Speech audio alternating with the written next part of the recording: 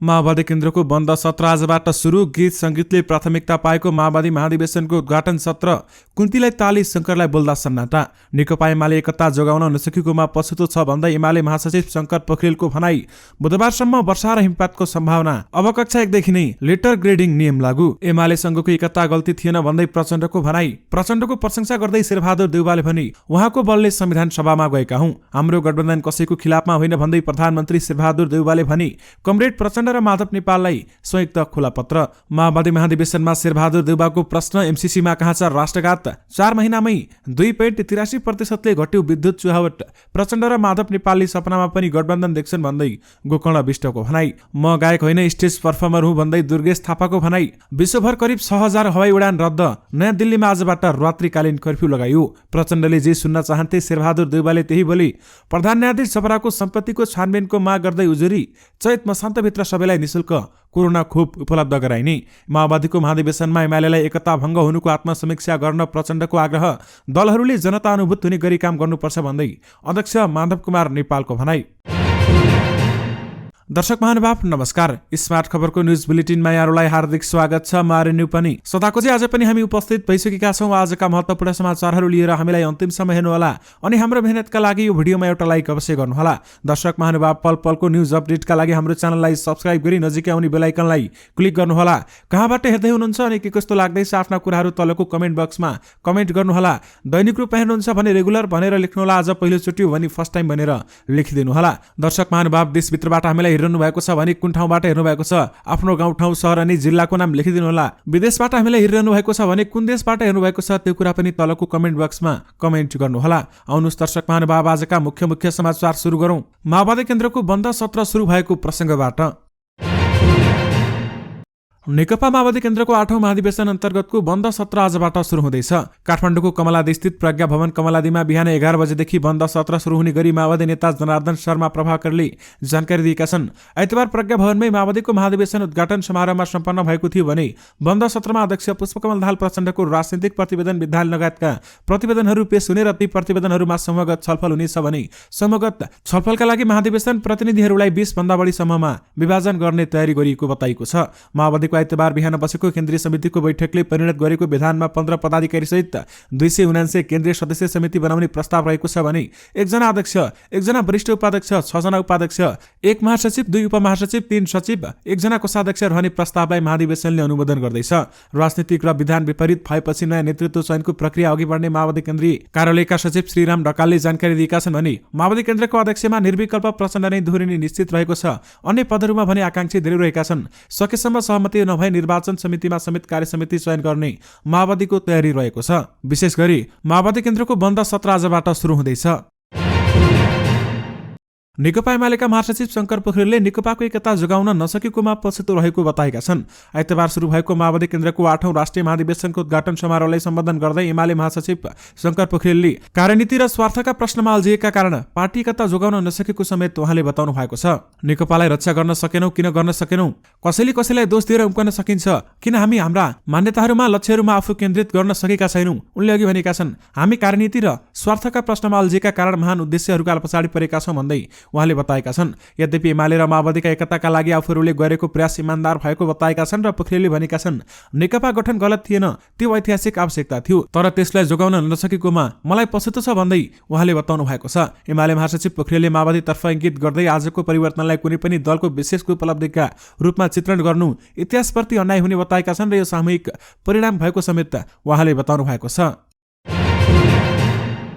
पश्चिमी वायुको प्रभावले देशभर आंशिकदेखि सामान्य बेल्दै रही उच्च पहाडी तथा हिमाली भेगमा केही स्थानमा हल्का हिमपात तथा पहाडी भूभागमा 1-2 स्थानमा हल्का वर्षाको सम्भावना देखिएको छ। यस प्रणालीको प्रभाव आगामी बुधबारसम्म कायम रहने जल तथा मौसम विज्ञान विभागका मौसमविद प्रतिभा मानन्दरले बताएकी छन् भने उनले भनेकी छन्, पश्चिमी वायुको प्रभाव आज सोमबारदेखि बुधबारसम्म नै जारी रहने बताइएको छ र बिहीबार मात्रै हट्छ।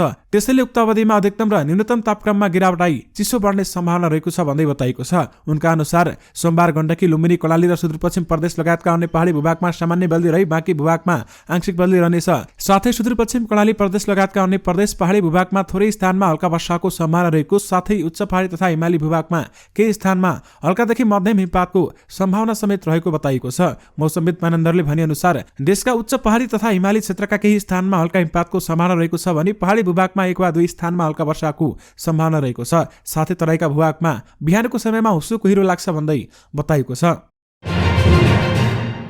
सरकारले यसै शैक्षिक सत्रदेखि विद्यालय तहमा कक्षा 1 देखि नै लेटर ग्रेडिङ अक्षराङ्कन विधि कार्यान्वयनमा ल्याउने भएको छ। मन्त्रालयले तयार पारेको लेटर ग्रेडिङ निर्देशिका 2078 पुस 7 गते शिक्षा विज्ञान तथा प्रविधि देवेन्द्र पौडेलले स्वीकृत गरेका छन् र अब कक्षा 1 देखि नै 12 सम्म एउटै विधि अर्थात् लेटर ग्रेडिङ विधिबाट विद्यार्थीहरूको मूल्याङ्कन हुने मन्त्रालयका प्रवक्ता सहसचिव दीपक शर्माले जानकारी दिनुभएको छ। यसअघि कक्षा 11 र 12 मा मात्र लेटर ग्रेडिङ पद्धतिबाट विद्यार्थीहरूको मूल्याङ्कन गरिन्थ्यो भने अरू कक्षामा अङ्कबाटै मूल्याङ्कन गर्ने प्रणाली रहेको थियो। निर्देशिका अनुसार न्यूनतम 35% 1.6 GB अर्थात् विषयगत रूपमा डिग्रेड हासिल भए मात्र विद्यार्थीहरू माथिल्लो कक्षामा जानेछन् र 1.6 GB भन्दा कम प्राप्ताङ्क आएमा विद्यार्थी अनुत्तीर्ण रहेको स्वतः जनाउनेछ भन्दै बताइएको छ।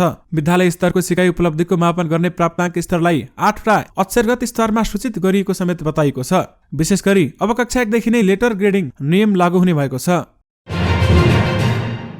नेकपा माओवादी केन्द्रका अध्यक्ष पुष्पकमल दाहाल प्रचण्डले नेकपा एमालेसँग गरेको पार्टी एकता गल्ती नभएको बताएका छन्। पार्टीको 8औं महाधिवेशन उद्घाटन कार्यक्रममा उनले के कारणले पार्टी एकता भङ्ग भयो आत्मसमीक्षा गर्नुपर्ने बताएका छन् र फेरि एक पटक आत्मसमीक्षा गरौं के कारणले हामी 2 ठाउँमा हुन पुग्यौं उनले भनेका छन्। हामीले गल्ती गरेका थिएनौं। महाधिवेशनको उद्घाटन सत्रमा सहभागी एमाले महासचिव शंकर पोखरेलले नेकपा एमालेको एकता जोगाउन नसकेकोमा पछुतो भएको समेत बताएका थिए भने उनको भनाइको प्रशंसा गर्दै प्रचण्डले एकता किन जोगिएन भनेर आत्मसमीक्षा गर्नुपर्ने समेत बताएका छन्। नेकपा एकीकृत समाजवादीका अध्यक्ष माधव कुमार नेपालसँग पछिल्लो समय धेरै नजिक भएर काम गरेको भन्दै प्रचण्डले गठबन्धन भन्दा अगाडि बढ्न चाहेको समेत टिप्पणी गरेका छन्। आफूले 8औं महाधिवेशनमा पेश गर्ने राजनीतिक दस्तावेजमा सबैभन्दा बढी आफ्नै आत्मसमीक्षा गरेको प्रचण्डले बताएका छन् र मैले आफूलाई चिरफार गरेको छु भन्दै उनले भनेका छन्।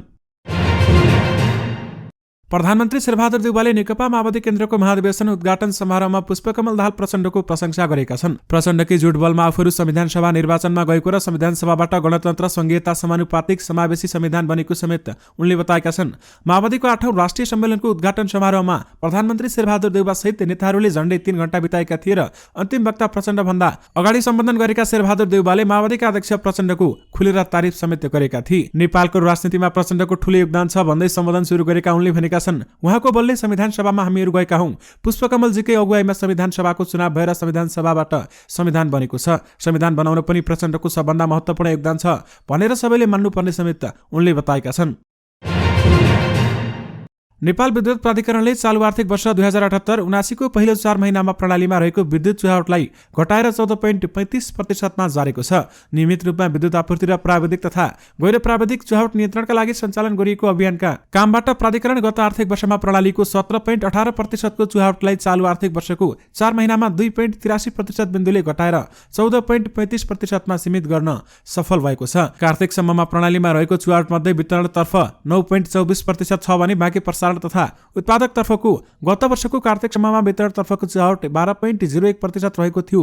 गत आर्थिक वर्षको 4 महिनाको तुलनामा यस वर्ष वितरणतर्फको चुहावट 2.77% बिन्दुले कम रहेको छ। प्राधिकरणले चालु आर्थिक वर्षमा विद्युत चुहावट 15.5% मा झार्ने लक्ष्य राखेको छ भने पहिले 4 महिनामै लक्ष्यभन्दा कम चुहावट रहेकाले आर्थिक वर्षको बाँकी अवधिमा लक्ष्य पूरा हुने देखिएको छ भने प्राधिकरणका कार्यकारी निर्देशक कुलमान घिसिङले यस्तो बताउनु भएको छ।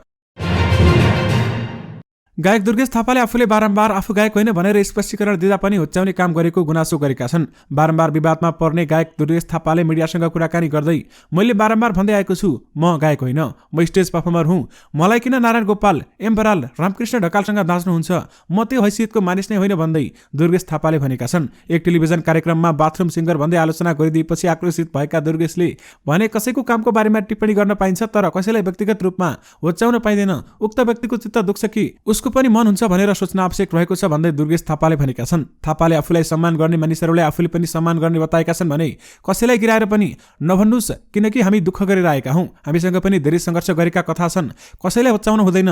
दुर्गेशले आफू गायक नभएर स्टेज परफर्मर र इन्टरटेनर भएको बुझिदिन आग्रह गरेका छन्। म्युजिक खबर म्युजिक अवार्डमा वर्षकै उत्कृष्ट पपुलर मोडेलको अवार्ड पाएका दुर्गेशले दर्शकको मायाले आफूले यो स्थानमा आइपुगेको समेत बताएका छन्। दर्शक महानुभाव तपाईहरुलाई यस बारेमा के लाग्छ त हामीलाई यो भिडियोको कमेन्ट बक्समा आफ्नो धारणा राख्न भने नबिर्सिनुहोला।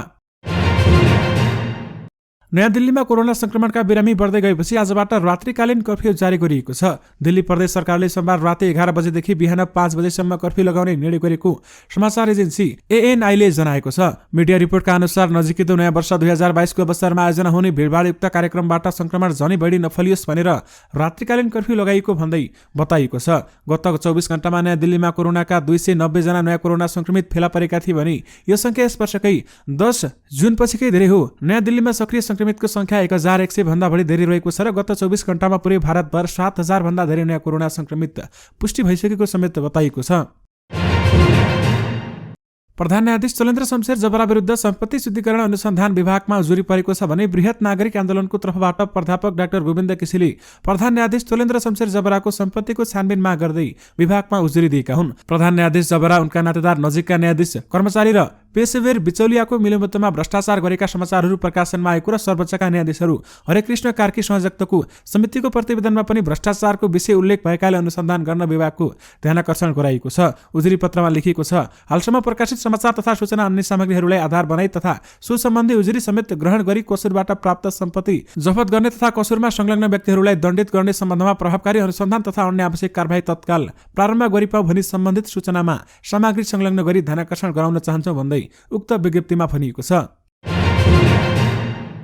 नेकपा माओवादी केन्द्रका अध्यक्ष पुष्पकमल दाहाल प्रचण्डले पार्टीको 8औं महाधिवेशनमा आफूहरूको आत्मसमीक्षा र आत्मालोचना गरिने समेत बताएका छन्। नेकपा माओवादी केन्द्रको 8औं राष्ट्रिय महाधिवेशनको उद्घाटन समारोहमा सम्बोधन गर्दै आइतबार अध्यक्ष दाहालले पार्टी आजको दिनसम्म विचार, संगठन, संरचना, रणनीति र कार्यनीतिको सम्बन्धमा कहाँ चुक्यो त्यसको समीक्षा हुने बताएका छन्। उनले माओवादी पार्टी अहिले पनि कमजोर जस्तो देखिनुमा आफूलाई आरोपित नगर्ने भन्दै आफू प्रमुख नेता भएकाले आफूलाई चिरफार गर्ने गरेको पनि उनले उल्लेख गरेका छन्। अध्यक्ष दाहालले माओवादी केन्द्रको महाधिवेशनमा कम्युनिस्ट आन्दोलन बलियो बनाउन चाहने र समाजवादी आन्दोलनलाई अगाडि बढाउन चाहनेहरूलाई सबैलाई उत्प्रेरणा दिने गरी प्रस्तुत हुने जानकारी समेत दिएका छन्।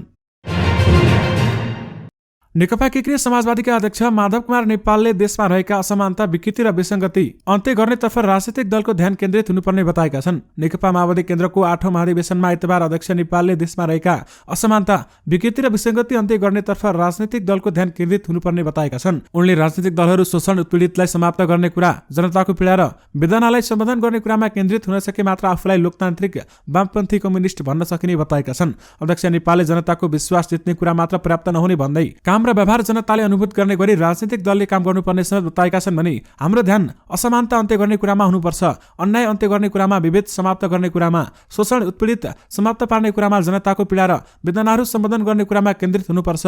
त्यसो भए मात्र हामीले आफूलाई लोकतान्त्रिक वामपन्थी कम्युनिस्ट भन्ने हो र त्यसका कुनै पनि अर्थ रहन सक्छ।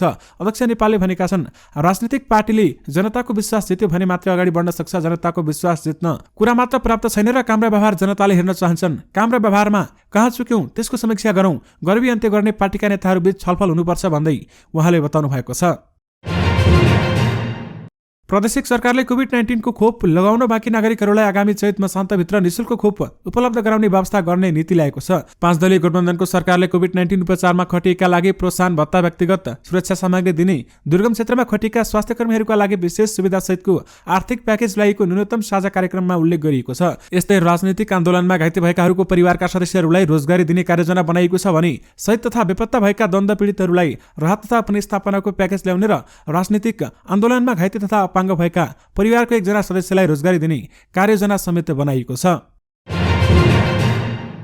3 दिनको अवधिमा विश्वभर करिब 6000 हवाई उडान रद्द गरिएको छ। उडान ट्र्याकिङ गर्दै आएको फ्लाइट अभियर.com नामक वेबसाइटका अनुसार बढ्दो ओमिक्रोन संक्रमण बीच शुक्रबारदेखि अहिलेसम्म विश्वभर झण्डै 6000 हवाई उडान रद्द गरिएको छ भने हजारौं उडानमा ढिलाइ भएको पनि उक्त वेबसाइटमा उल्लेख गरिएको छ।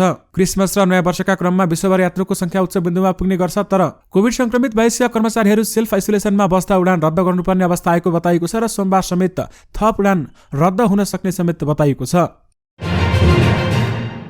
नेपाल कम्युनिस्ट पार्टी एमालेका महासचिव गोकर्ण विष्टले एकीकृत नेकपा माओवादी केन्द्रका अध्यक्ष पुष्पकमल दाहाल प्रचण्ड र नेकपा एकीकृत समाजवादीका अध्यक्ष माधव कुमार नेपालले सपनामा पनि गठबन्धन नै देख्ने गरेको टिप्पणी गरेका छन्। गुल्मीको मदानी गाउँपालिका फुर्कोट दहको जनज्योति क्याम्पसको कार्यक्रममा विष्टले प्रचण्ड र माधव नेपाललाई गठबन्धन कायम रहने भनी पार्टी रहन्छ भन्ने कुरामा विश्वास नरहेको जिकिर समेत गरेका छन्। गठबन्धन नरहे पार्टी पनि नरहने भएकाले गठबन्धनकै सपना देख्ने गरेको उनको टिप्पणी रहेको छ भने सचिव विष्टले एमालेसँग एक्लै एक्लै चुनाव लड्ने आँट अरू कुनै पनि पार्टीसँग नभएको दावी दावी गरेका छन्। आगामी निर्वाचनमा सबै राजनीतिक दल एमाले विरुद्ध गठबन्धन गरेर आए पनि परास्त पार्ने विष्टको भनाइरहेको छ भने शेरबहादुर देउबा नेतृत्वको सरकार जनताको बहुमतबाट नभएर बम्पर उपहारबाट प्राप्त भएको विष्टले टिप्पणी गरेका छन्।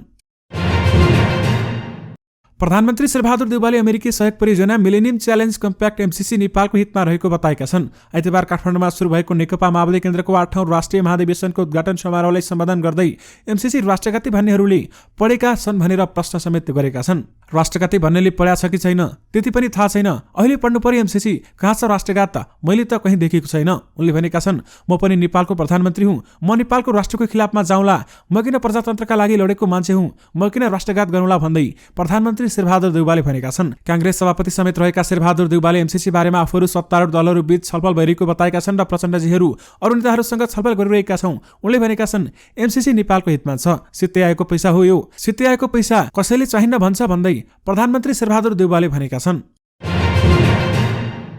प्रधानमन्त्री शेरबहादुर देउवाले 5 दलको गठबन्धन कोही विरुद्ध नभएको बताएका छन्। साथै यो गठबन्धन पूरा समय संसदको अवधिभर चल्ने पनि बताएका छन् भने त्यस अगाडि पनि जाओस् भन्ने उनले चाहेको बताएका छन्। आइतबार काठमाडौँमा सुरु भएको नेकपा माओवादी केन्द्रको 8औं राष्ट्रिय महाधिवेशनको उद्घाटन समारोहलाई सम्बोधन गर्दै शेरबहादुर देउवाले आफ्नो नेतृत्वको गठबन्धन संविधान र संसद बचाउने भएको समेत बताएका छन्। हाम्रो खिलाफमा गठबन्धन गर्यो भने ओलीजीलाई पनि नलागोस्, कसैको खिलाफमा होइन, यो संविधान साथसाथै संसद बचाउने गठबन्धन हो। उनले भनेका छन्, त्यस मानेमा यो गठबन्धन पूरा समय चल्नेछ र म त चाहन्छु अझ अगाडि जाओस् भन्दै प्रधानमन्त्री शेरबहादुर देउवाले भनेका छन्। दर्शक महानुभाव, यससँगै तपाईहरुमा आजका सबै मुख्य समाचारहरू राखिसकेका छौं। फेरि पनि तपाईहरुमा नयाँ रिपोर्टरहरूको साथमा उपस्थित हुने नै छौं। अहिलेलाई भने मलाई बिदा दिनुस्। नमस्कार।